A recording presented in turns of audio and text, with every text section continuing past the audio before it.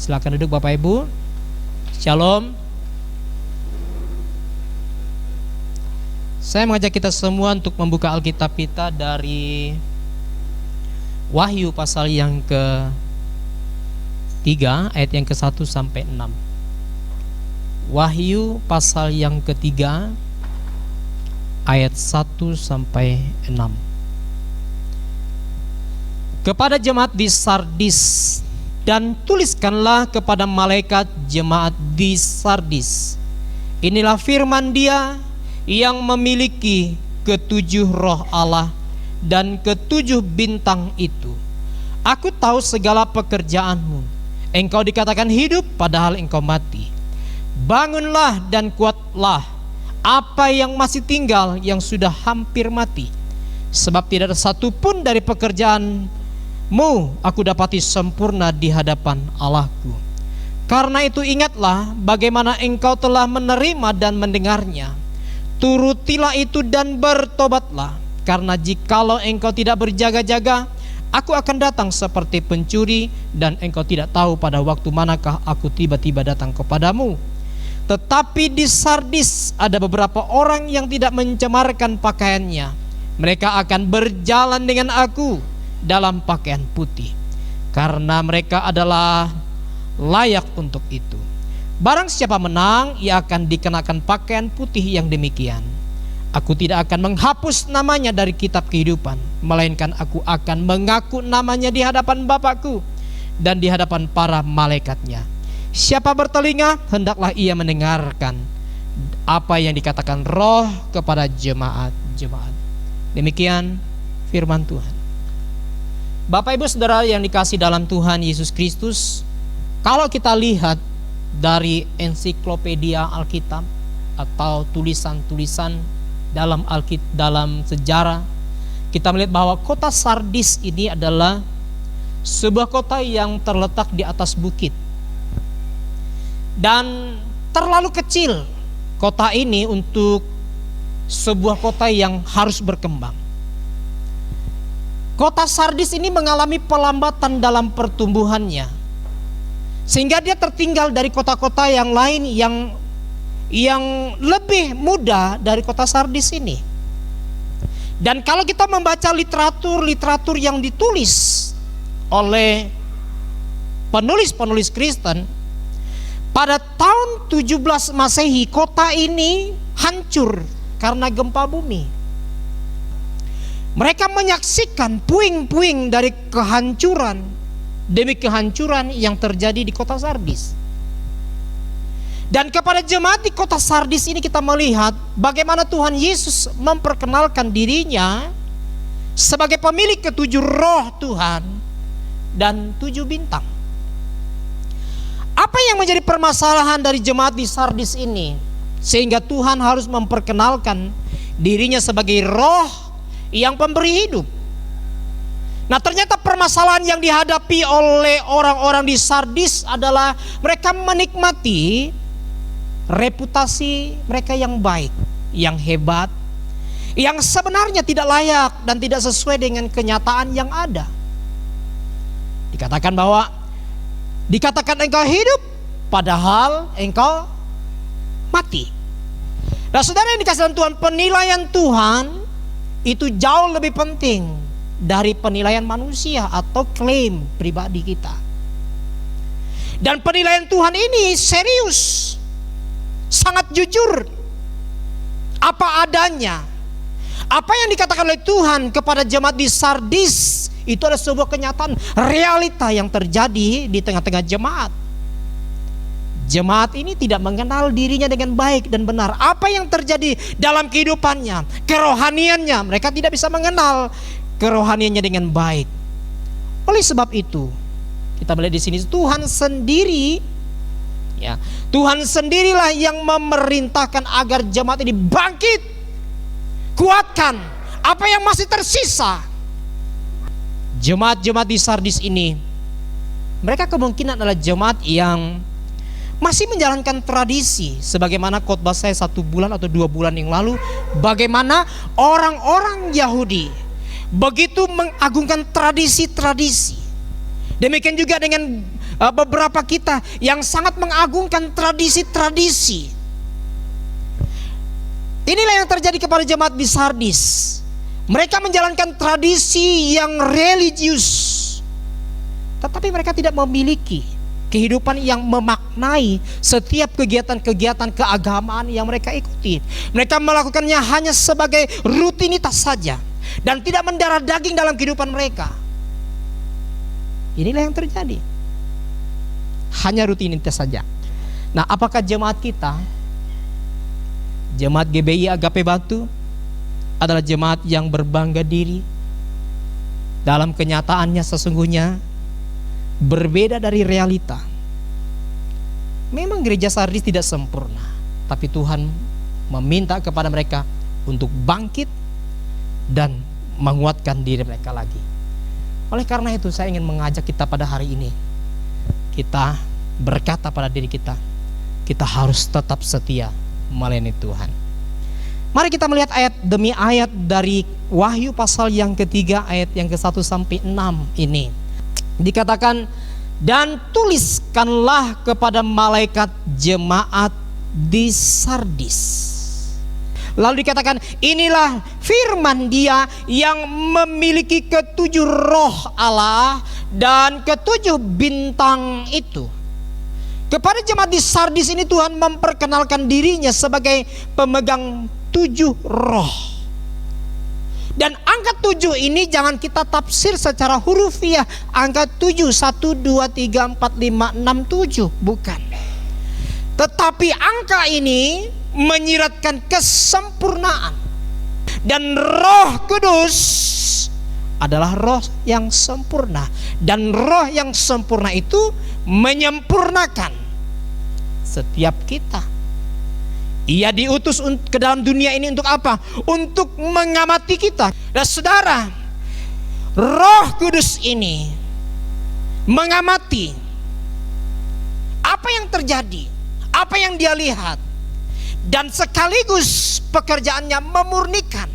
Oleh karena itu Dia berkata kepada jemaat di Sardis, apa yang tidak sempurna, apa yang asal-asalan, itu Tuhan mau kita menyempurnakan pekerjaan kita. Nah, dalam konteks jemaat di Sardis ini, kita melihat bahwa keadaan mereka itu berbeda. Dari luarnya berbeda dengan di dalamnya.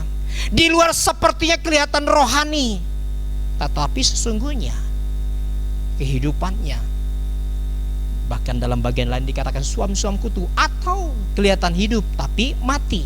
Nah, itu penilaian.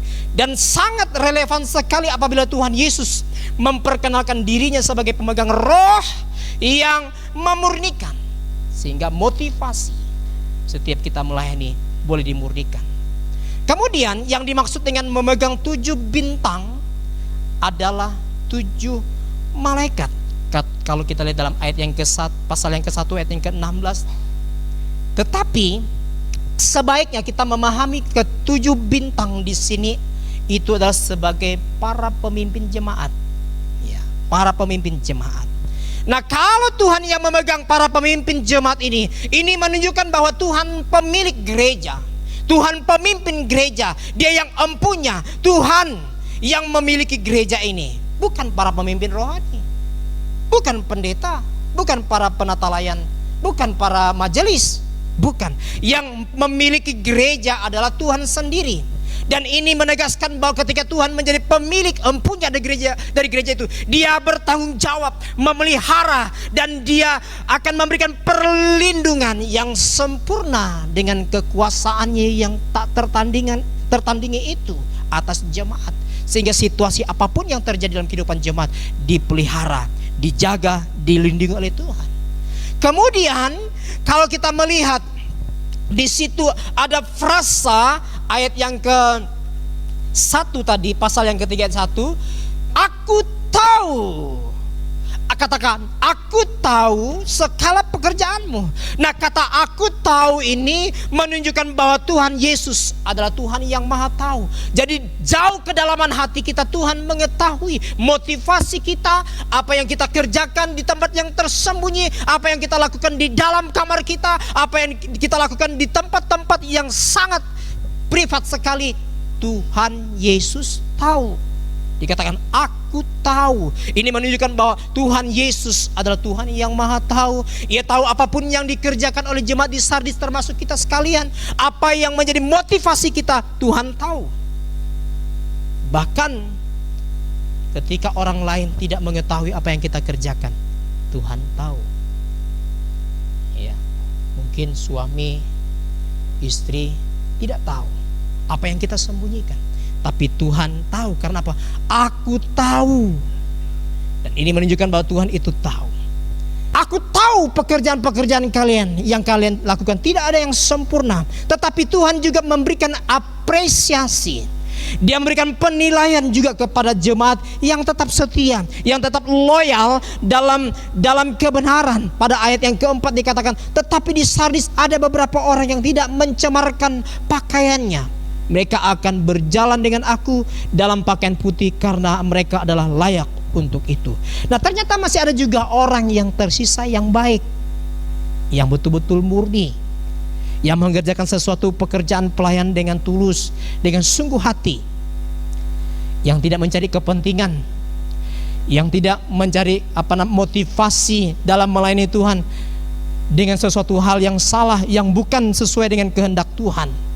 Masih ada, dan dia berjalan bersama dengan mereka karena Tuhan mengetahui secara detail apa yang kita lakukan. Nah, ketika Tuhan mengetahui apa yang kita kerjakan, maka hati-hati, Tuhan akan memberikan penilaian kepada kita. Nah, kemudian ayat yang ke-1b sampai ayat yang kedua dikatakan, engkau dikatakan hidup padahal engkau mati.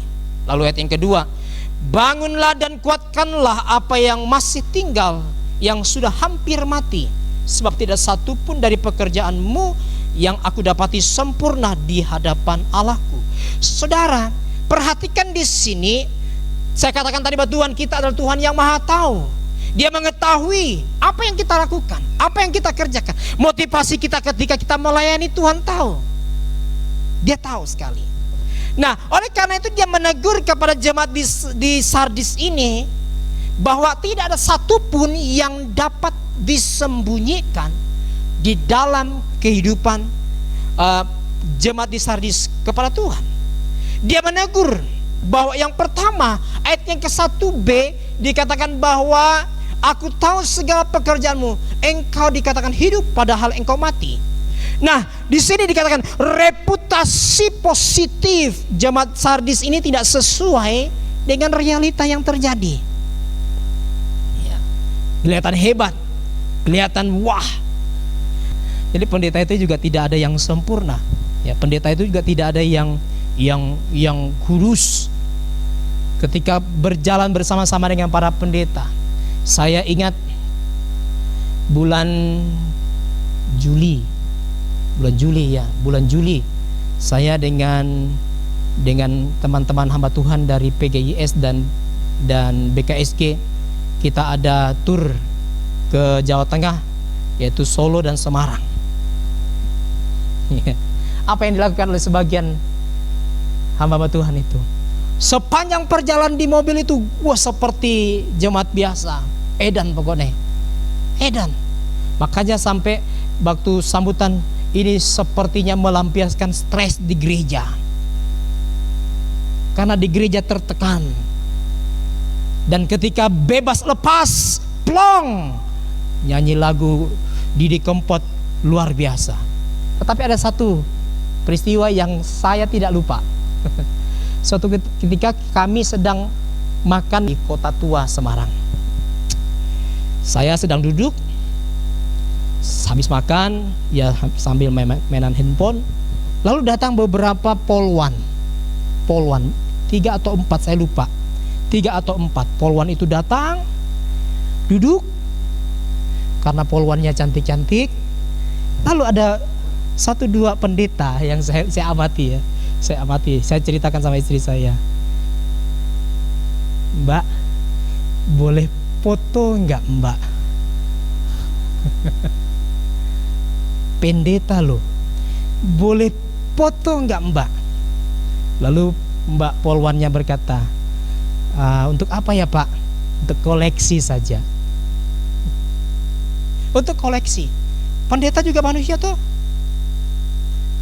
Lalu Mbak Polwannya berkata, maaf Pak, kami sedang tidak dinas. Kalau kami sedang dinas boleh, karena Mbaknya sedang makan. Nanti di foto, di upload di media sosial, ketahuan ini sedang foto di restoran bersama dengan om. Lah bagaimana? Saudara, bagi saya pribadi ya, saudara tidak akan menemukan saya untuk berfoto dengan perempuan lain di luar sana. Apalagi dengan tour guide-nya. Saya lihat mereka cekrek dengan tour guide, pemandu wisata kita. Perempuan juga, masih muda, cantik. Dan saya melihat dari kejauhan, dari atas mobil, iya ya, kok liar sekali ya pendeta-pendeta ini ya. Ternyata pendeta juga manusia. Dan ketika istri saya, iya ya, ketika mendengar ceritamu, kita melihat orang di luar sana gagah, tapi ternyata juga manusia. Nah saudara, Tuhan tahu. Nah oleh karena itu, reputasi positif yang dilakukan oleh jemaat di Sardis ini tidak sesuai dengan realita. Tidak sesuai dengan realita. Makanya saya betul-betul menjaga diri saya dengan baik di luar sana. Saudara yang dikasihi Tuhan, kata frasa dikatakan engkau hidup menunjukkan bahwa penilaian positif itu tidak berasal dari jemaat Sardis sendiri atau dari Tuhan Yesus. Dan orang lain memberikan penilaian kepada jemaat di Sardis, mereka hebat, mereka luar biasa. Fakta bahwa mereka memberikan penilaian tertinggi kepada jemaat di Sardis pasti bukan tanpa alasan, karena pada masa lalu rekor mereka atau peristiwa-peristiwa di masa lalu terjadi dalam kehidupan mereka, mereka betul-betul sungguh-sungguh melayani Tuhan, sehingga orang masih terngiang-ngiang, orang masih ingat, wah luar biasa sekali jemaat di Sardis. Tetapi realitanya sekarang berbeda. Tatkala situasi internal sudah banyak berubah, orang mungkin lupa, tidak mengetahui perubahan yang terjadi dalam kehidupan kita, yang dulunya positif sekarang menjadi negatif. Hanya Tuhan yang tahu.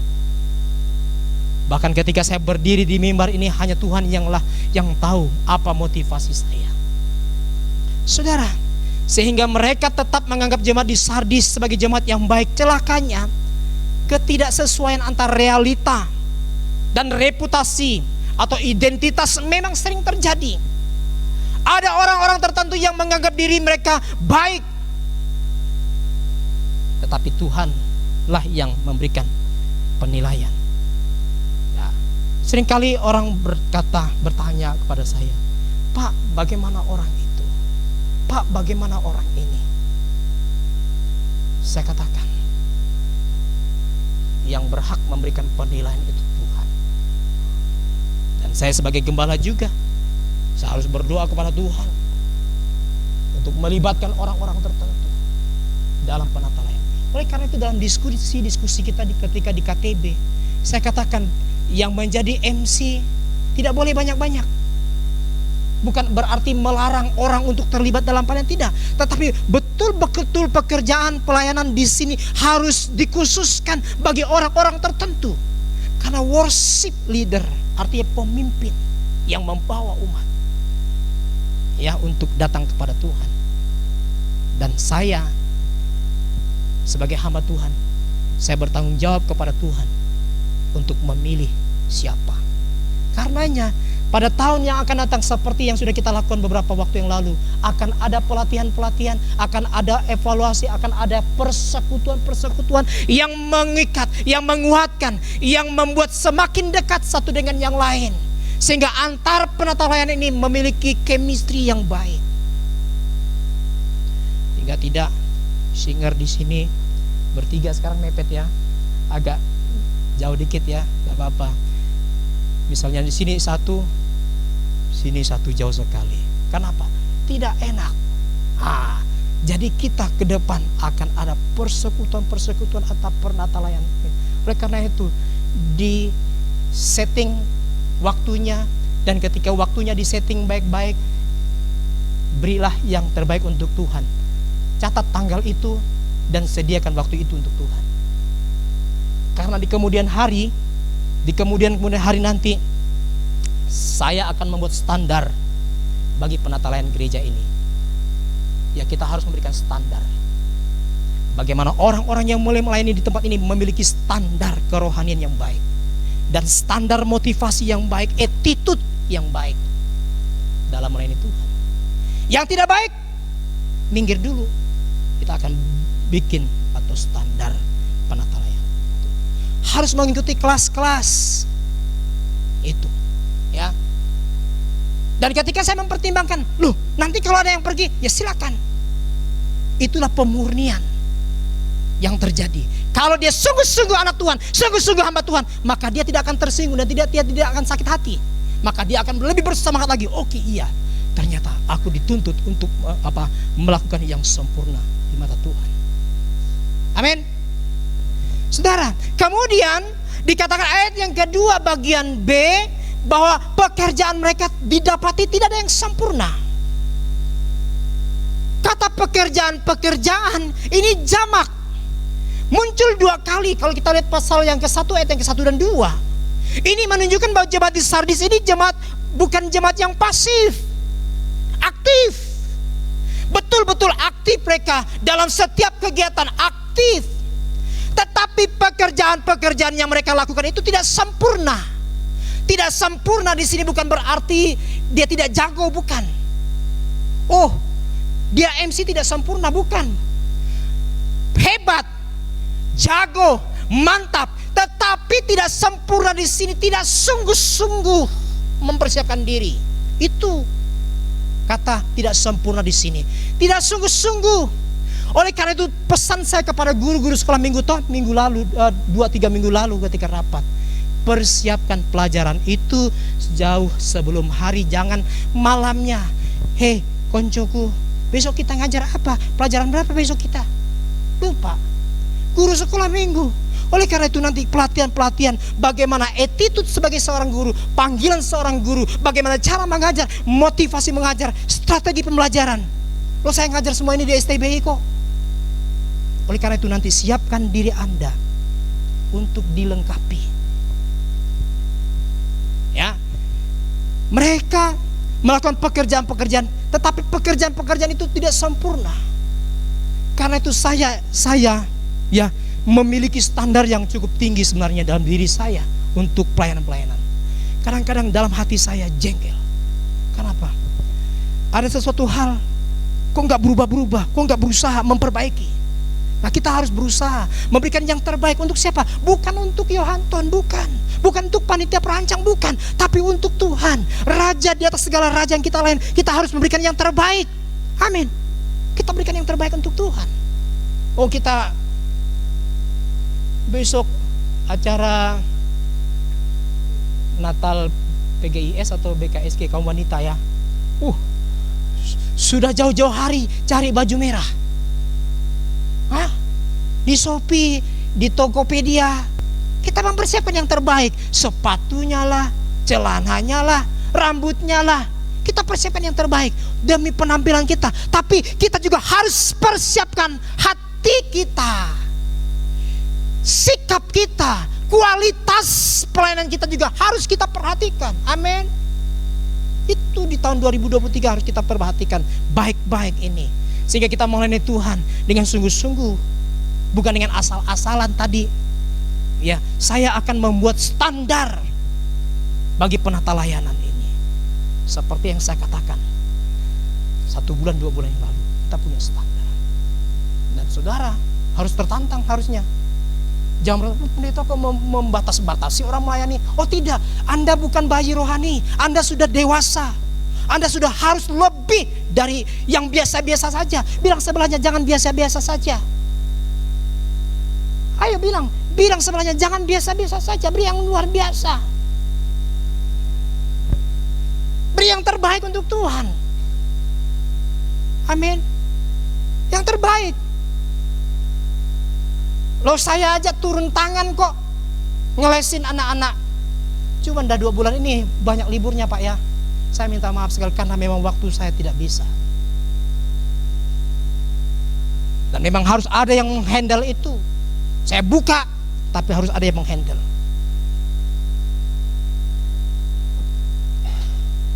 Saya ketika melakukan itu teringat ketika pelayanan yang saya kerjakan 10-20 tahun yang lalu. Bagaimana memperlengkapi anak-anak Tuhan untuk melayani. Ngajarin les. Sekarang saya sabar. Ya Pak Budi, Bu Nita, sabar. Tapi dulu zaman saya masih kuliah. Oh, kalau ada yang mainnya salah, langsung saya steal. Kalau yang nakal banget saya cubit. Tapi hasilnya oke. Sampai sekarang masih berkomunikasi dengan anak-anak itu. Nah, tapi kalau dulu, waduh. Tapi sisa-sisa kegarangannya masih ada. Walaupun lebih sabar. Kamu gembala sidang, sabar. Kamu pendeta. Tapi kalau dulu nggak ada sekat itu. Saya guru les, saya cari uang. Yang nggak bisa, marahin. Saudara, pekerjaan mereka tidak ada yang sempurna. Jadi orang-orang di Sardis ini adalah orang yang sibuk, bukan orang pasif. Mereka tetap terlihat dinamis, tetapi masalahnya tidak ada pekerjaan yang sempurna di mata Tuhan. Pertanyaannya, bukankah tidak ada manusia yang sempurna, pendeta? Iya, betul, tidak ada. Tetapi yang dimaksud di sini adalah jangan melakukan pekerjaan asal-asalan.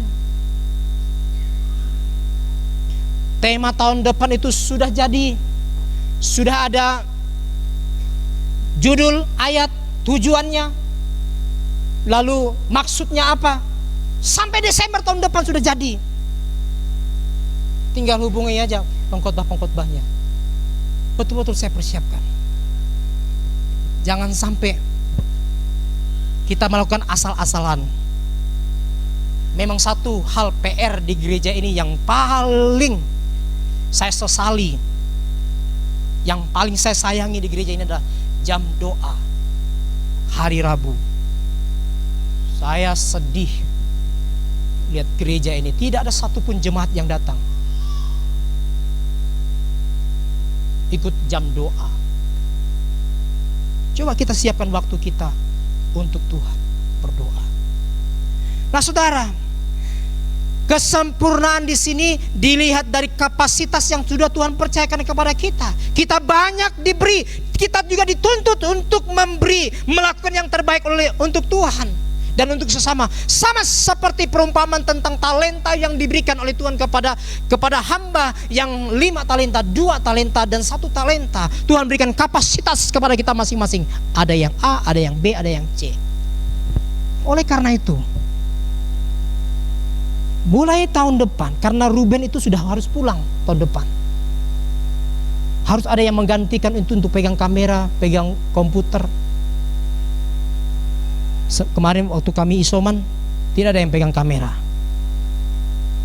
Harus menawarkan diri, pendeta aku mau melakukan ini, aku boleh enggak? Jangan tunggu ditanya, jangan tunggu diminta, tapi tawarkan diri. Tawarkan diri, pendeta, aku mau melakukan ini, aku mau melakukan itu. Harus dari hati kita. Nah, berapapun yang kita punya harus kita kembalikan untuk Tuhan, amin. Apapun yang kita miliki, apapun yang kita peroleh dari Tuhan, kita harus berikan kemuliaan bagi Tuhan semaksimal yang bisa kita lakukan. Bukan asal-asalan tadi yang saya katakan. Ya, dandannya udah bagus. Nah, tinggal nanti ekspresinya. Misalnya lagu sukacita, ya goyang-goyang boleh. Boleh. Siapa yang bilang gak boleh? Ayat Alkitab berkata, memuji Tuhan, bertepuk tangan, menari-nari kok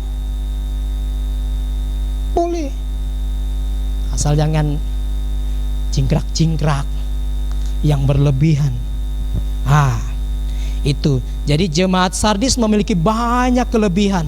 Secara finansial mereka memiliki, secara popularitas mereka memiliki kelebihan masa lalu mereka. Mereka pintar-pintar. Tapi pintar saja tidak cukup, bro. Harus ada attitude, sikap hati. Banyak orang yang tanya, kenapa orang ini gak dipakai, bro, di gerejamu? Hatinya gak bagus, saya bilang. Sikapnya gak bagus, saya bilang. Kata-katanya gak bagus. Jadi bukan cuma konsep, tetapi ada hati yang sungguh-sungguh untuk melayani Tuhan. Bukan pintar toh, Pintar nggak dipakai, tapi hati yang sungguh menyerahkan diri kepada Tuhan, perubahan yang terjadi dalam kehidupan kita, itu yang Tuhan butuhkan. Ya, Papa nggak marah.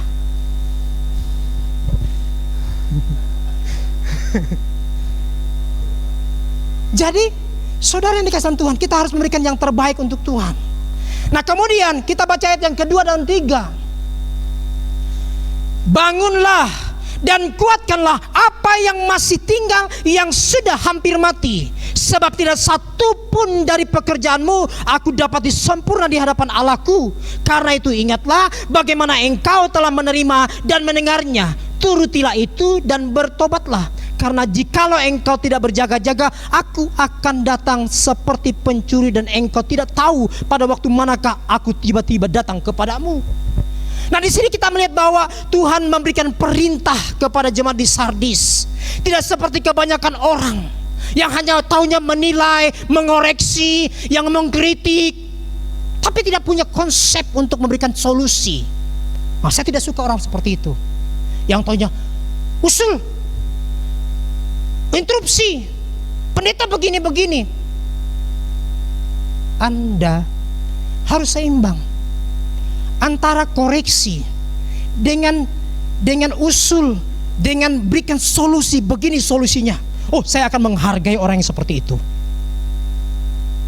Serius, saya akan hargai orang yang seperti itu, ketimbang ngomong sana sini, buang sampah sana sini, sehingga orang menilai orang ini kok begini.